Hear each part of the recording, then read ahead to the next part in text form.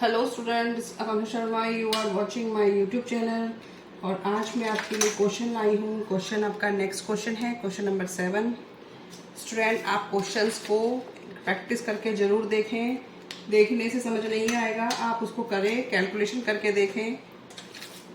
और कुछ समझ नहीं आए तो आप कमेंट बॉक्स में भी डाल सकते हैं, ठीक है। तो स्टार्ट करते हैं। Prepare two column cash book from the following transaction of money Kochi.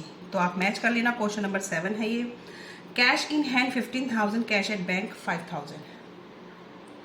तो फॉर्मेट मैंने पहले से प्रिपेयर कर रखा है। 2025 मार्च 1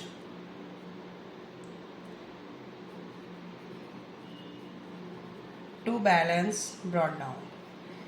15,000 कैश का है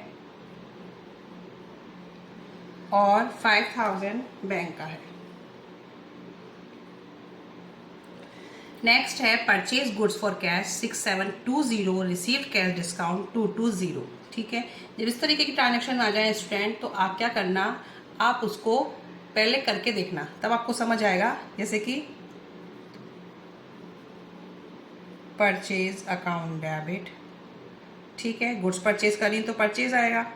और क्या गया है आपके पास से, to cash account. Purchase time पे क्या होता है, डिस्काउंट रिसीव्ड। ठीक है। अब परचेज कितने की करी है अपने गुड्स, 6720। 220 का क्या है, डिस्काउंट है। तो डिफरेंस कितने का आ गया, इट मीन्स आपने पैसे दिए हैं 6500। तो 6500 कैश में है, क्रेडिट साइड में है, तो क्रेडिट साइड में दिखा देंगे। ये डालेंगे आप March 3 by purchase account. Cash में कितने आ जाएंगे, 6500। समझ आ गया स्टूडेंट। नेक्स्ट है डिपॉजिट इन बैंक। अब बैंक में पैसा जमा किया, तो क्या ट्रांजेक्शन है आपकी, March 5 की है। बैंक में जमा किया तो किसके नाम से करेंगे आप, कैश के, टू कैश अकाउंट। कितना है, 5,000 आपने बैंक में जमा किया। और March 5 बाय बैंक अकाउंट, कैसे निकाला, कैसे निकाला, बैंक में जमा किया। ठीक है। नेक्स्ट है cash sales, to sales account. 7,000 की नहीं, 10,000 की हमारी क्या है, कैश सेल्स है, तो कैश में पैसा आया 10,000। समझ आ गई स्टूडेंट। नेक्स्ट देखते हैं cash withdrawn from bank. Bank से पैसा निकाला। बैंक से पैसा निकाला तो क्या एंट्री होगी, March 10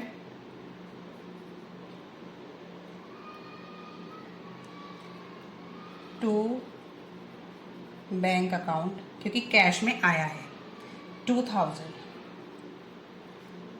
March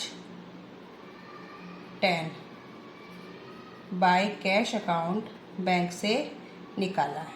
तो ये आपकी क्या हो गई है, कॉन्ट्रा एंट्री हो गई है। जो दोनों तरफ पास हो रही हैं वो आपकी कॉन्ट्रा एंट्री है। उन्हें आप सी लिख देना, LF के पास लिख लेना, जिससे कि आपको पता चल जाए कि वो एंट्री आपकी कॉन्ट्रा है। दोनों साइड आ गई, ठीक है।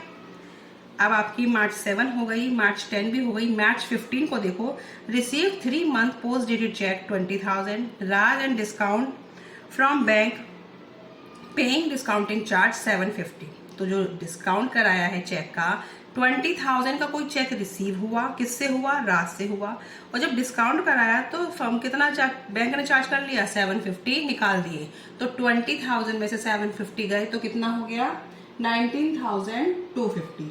कितना हो गया, 19,250। और वो भी अमाउंट हमें रिसीव हुआ है। और किससे हुआ है, हमें किससे हुआ, राज से। ठीक है। तो हमारी डेट क्या बैठी है, डेट है 15 March 15 टू राज, 19,250। समझ आया कैसे हुआ, क्योंकि 20,000 का चेक था जो चेक रिसीव हुआ, उसमें से बैंक ने अपने चार्जेस काट ली 750। तो आपको हाथ में कितना दिया, 19,250 आपके बैंक में आए। किससे आए, राज से आए। ठीक है। नेक्स्ट देखिए, receive cheque from Deepak 5,000, not bank allowed discount 200। अब जो दीपक से रिसीव हुआ है चेक, उसे आपने बैंक में जमा नहीं किया तो ऐसे कैसी कोई एंट्री तो पास कर देंगे आप इसकी, लेकिन आप इसे कहीं शो नहीं करेंगे, मीन्स कैश बुक में। तो आप किस तरीके से शो करेंगे? चेक रिसीव हुआ, cheque in hand, account debit, ठीक है। और जब सेल किया होगा तो डिस्काउंट अलाउड किया होगा, discount allowed account debit to sales.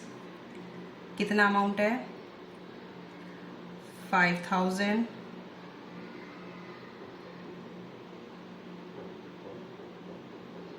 $200, sorry यहाँ पे सेल्स नहीं, दीपक है ना, क्योंकि दीपक से रिसीव हुआ है, दीपक, सॉरी, 5200।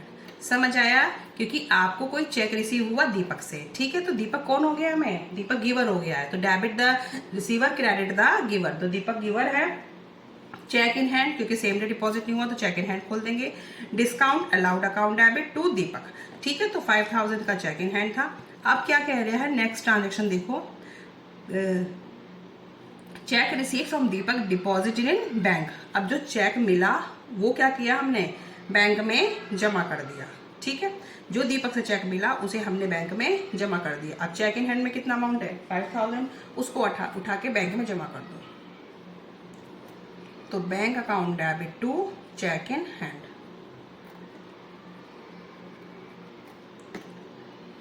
$5000।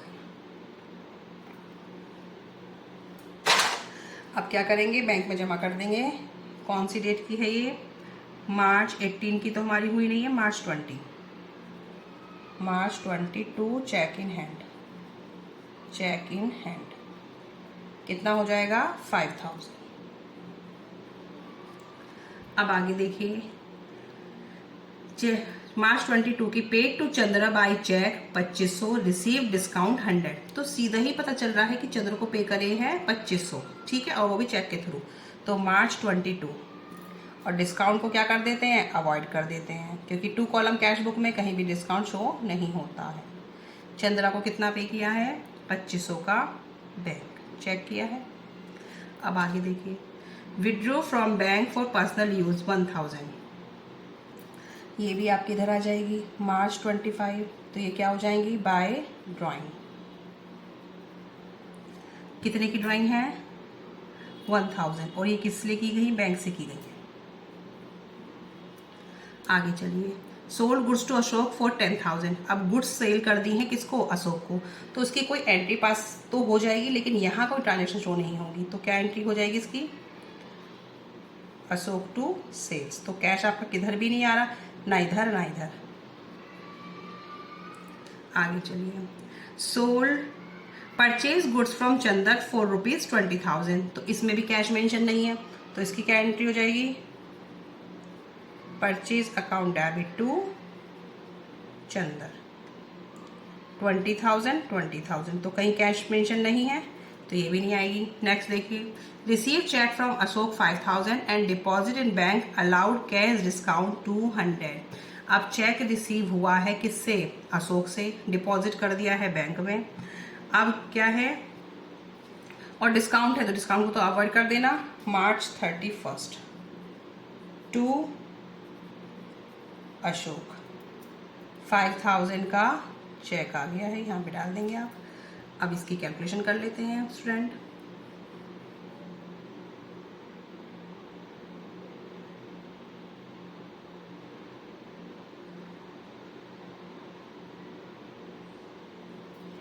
इसका टोटल आएगा मेरा 27,000। मार्च 31 बाय बैलेंस कैरेट डाउन 27,000 में से मेरा ये माइनस हो जाएगा, तो ये आ रहा है 15,500, ठीक है। अब इसका टोटल आ रहा है 39,250। इसमें से अभी ये माइनस होगा 33,750। तो स्टूडेंट एक बार आप कैलकुलेशन करके देखें अपने आप क्योंकि जब तक आप अपने आप नहीं करेंगे तब तक आपको कोई ट्रांजेक्शन समझ नहीं आएगी। ठीक है, अब ये 1 अप्रैल का क्या बन जाएगा, टू बैलेंस ब्रॉट डाउन।